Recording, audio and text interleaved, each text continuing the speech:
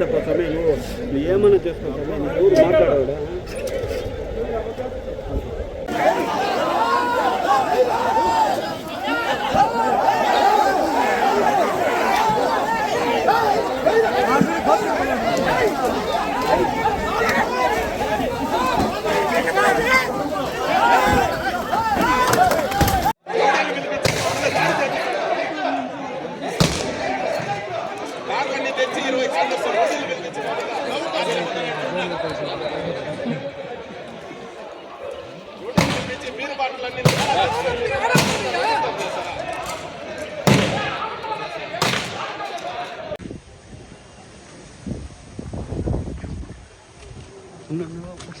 Please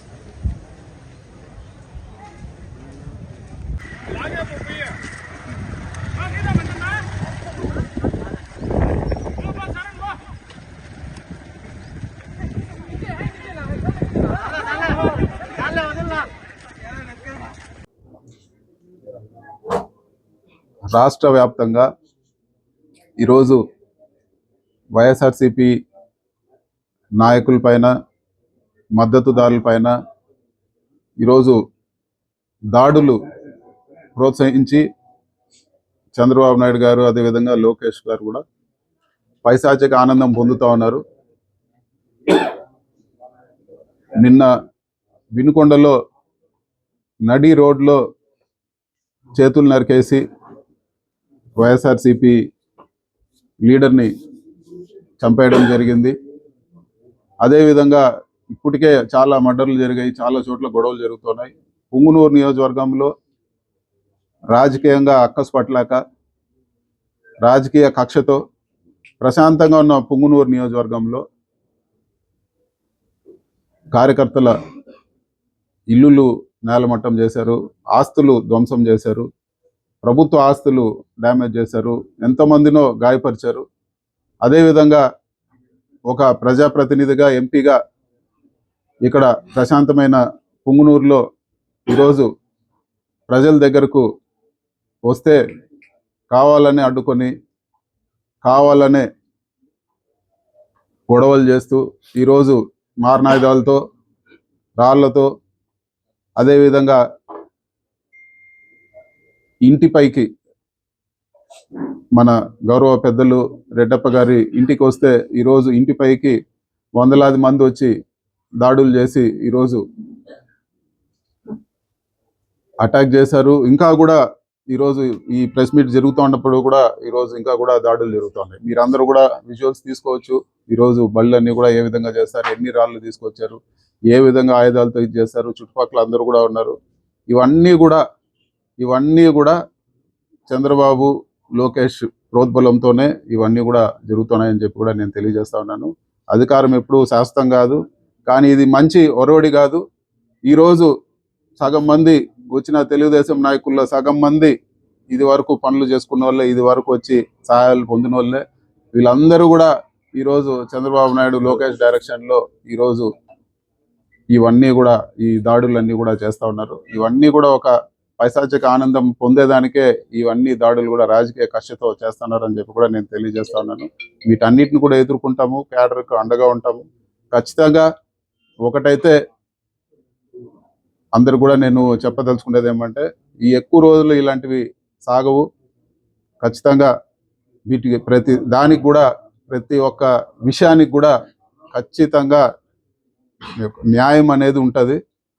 అది జరిగేటప్పుడు ఖచ్చితంగా బలంగా ఖచ్చితంగా జరుగుతుందని చెప్పి కూడా ఇది చేస్తాను. ఏ పార్టీ కూడా ఎప్పుడు కూడా శాశ్వతంగా ఉండదు. గత తెలుగుదేశము 39%తో అధికారంలోకి వచ్చింది. 40%తో ఖచ్చితంగా రేపు రాబో రోజుల్లో ఇలాంటి పాలనను ఈరోజు ప్రజలు హర్షించే పరిస్థితి లేదు. ఖచ్చితంగా రేపు ఇదే పరిస్థితులు ఇదే ఉంటే ఈ రోజు ఎలక్షన్ పెట్టినా కూడా ఖచ్చితంగా ఎక్కువ సీట్లు మాకు వచ్చాయని చెప్పి కూడా నేను తెలియజేస్తా ఉన్నాను. ఈ రోజు ఇప్పటికే చూసాం పరిపాలన సరిగ్గా చేయకుండా అవన్నీ డైవర్షన్ చేసేదానికి ఈరోజు అమ్మ ఒడి తల్లికి ఒకటే అని చెప్పి ఇచ్చి మళ్ళీ కూడా దాన్ని ఎప్పుడు ఇస్తారో కూడా చెప్పే పరిస్థితి లేదు. పథకాలన్నీ కూడా ఆపేశారు. ఈరోజు అభివృద్ధి అనే మాటే లేదు. మరీ ముఖ్యంగా పుంగనూరు నియోజకవర్గంలో ఏ ఒక్క గవర్నమెంట్ బెనిఫిట్ ఆశించకుండా ఇక్కడ వాళ్ళే భూమికి డబ్బులు కట్టి ఇక్కడ ఎలక్ట్రిక్ బస్ ఫ్యాక్టరీ పెడతామని వస్తే ఈరోజు కక్షపూరితంగా పుంగనూరు నియోజకవర్గం పైన కక్షపూరితంగా వాళ్ళకు కూడా ఈరోజు కోఆపరేట్ చేసే పరిస్థితి లేదు. ఇక్కడ గొడవలు సృష్టించి ఒక విధంగా వాళ్ళని బెదిరిస్తూనే వాళ్ళకి ఎటువంటి సహకారం కూడా అందించడం లేదు. ఇప్పటికీ ఒక ఇండస్ట్రీ పూర్తిగా వస్తూ ఉంది.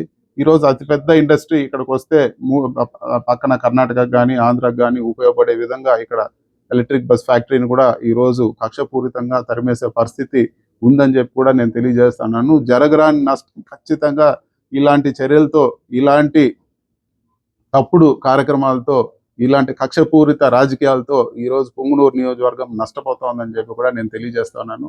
రాజకీయ కక్ష ఉండొచ్చు, కానీ నియోజకవర్గ ప్రజలపైన కక్ష చూపకూడదని చెప్పి కూడా నేను కోరుకుంటున్నాను. ఈరోజు ఈ దాడులు ఖచ్చితంగా ఈ దాడులకంతా కూడా ముగింపు పలకాలి. మీరు పెట్టే ఈ సాంప్రదాయం రేపు ఇంకా కూడా ఈరోజు మొలక లాగుంది, రేపు పెద్ద వృక్షమై మీకు కూడా చుట్టుకుంటుందని చెప్పి కూడా నేను తెలియజేస్తా ఉన్నాను.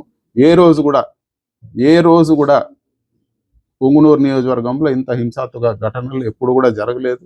ఇలాంటి దారుణమైన ఘటనలు ఇప్పటికి ఒకసారి కాదు, ప్రతిసారి కూడా ఇదే. వీటికి భయపడే ప్రసక్తే లేదు. కానీ ఇట్లాంటి సాంప్రదాయాలు, ఇట్లాంటి సంస్కృతి వల్ల నియోజకవర్గం నష్టపోతుందనే ఒక బాధ ఈరోజు మీకు అందరికీ కూడా నేను తెలియజేస్తా ఉన్నాను. ఖచ్చితంగా వీటన్నిటికి కూడా ప్రజలు గమనించాలి. వీటన్నిటి కూడా తెలుగుదేశం పార్టీ కూడా హితవు చెప్తా ఉన్నాను. ఇలాంటివి నియోజకవర్గ ప్రజలకు కానీ లేకపోతే నియోజకవర్గ అభివృద్ధికి కానీ ఏమాత్రం మంచిది కాదని చెప్పి కూడా నేను తెలియజేస్తా ఉన్నాను. మీకు చేతనైతే ప్రజల్లో మంచి పేరు తెచ్చుకోండి. మేము ఈరోజు ఎలక్ట్రిక్ బస్ ఫ్యాక్టరీ తెచ్చాం, దానికన్నా ఇంకా మీరు బెటర్గా దాన్ని పోకుండా చేసి ఇంకా బెటర్గా అభివృద్ధి చేయండి. ఇన్ని రోడ్లు వేసినాం, ఈరోజు అభివృద్ధి కార్యక్రమాలు జరిగాయి. ఈరోజు అభివృద్ధి అనే మాటే లేదు. ఈరోజు జరిగే అభివృద్ధి అంతా కూడా కార్యకర్తల ఇల్లులు కొట్టడము, ప్రభుత్వ ఆస్తులు ధ్వంసం చేయడము, బ్యాడ్మింటన్ కోర్ట్ ఊరంతా వాడుకుంటే బ్యాడ్మింటన్ కోర్ట్ అది ఎవరి ఆస్తి కూడా కాదు, దాన్ని పూర్తిగా ధ్వంసం చేశారు. ఈరోజు పోలీసులు కూడా ప్రేక్షక పాత్ర వహిస్తా ఉన్నారు.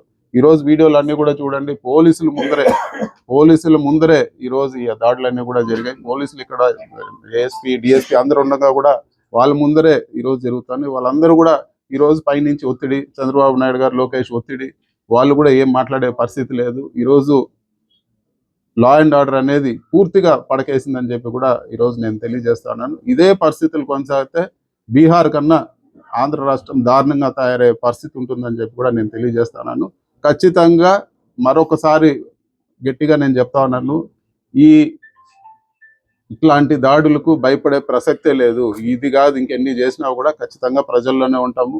ఖచ్చితంగా ఈసారి మళ్ళీ కూడా ఈ వైఎస్ఆర్సీపీ గవర్నమెంట్ వచ్చి దానికి పూర్తిగా కృషి చేస్తామని చెప్పి కూడా నేను తెలియజేస్తాను.